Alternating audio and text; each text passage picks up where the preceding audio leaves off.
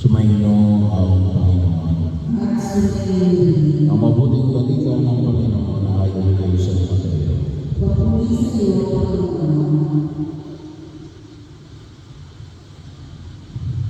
Noong panahon yung sinabi ni Jesus sa kanyang mga alagad, narinig ninyo na sinabi mata sa mata at ngipin sa ngipin.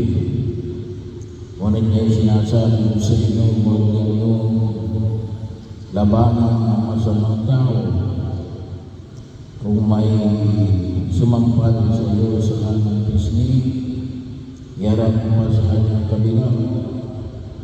Kung ipagsaktal kanino man upang makuha ang iyong mari, ibigay mo sa kanya pati ang iyong walawan.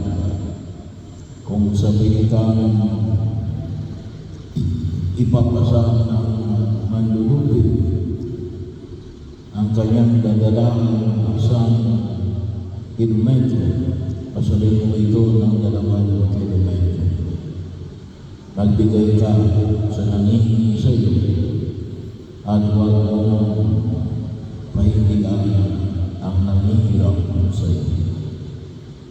Ang mabuting balita ng Panginoon.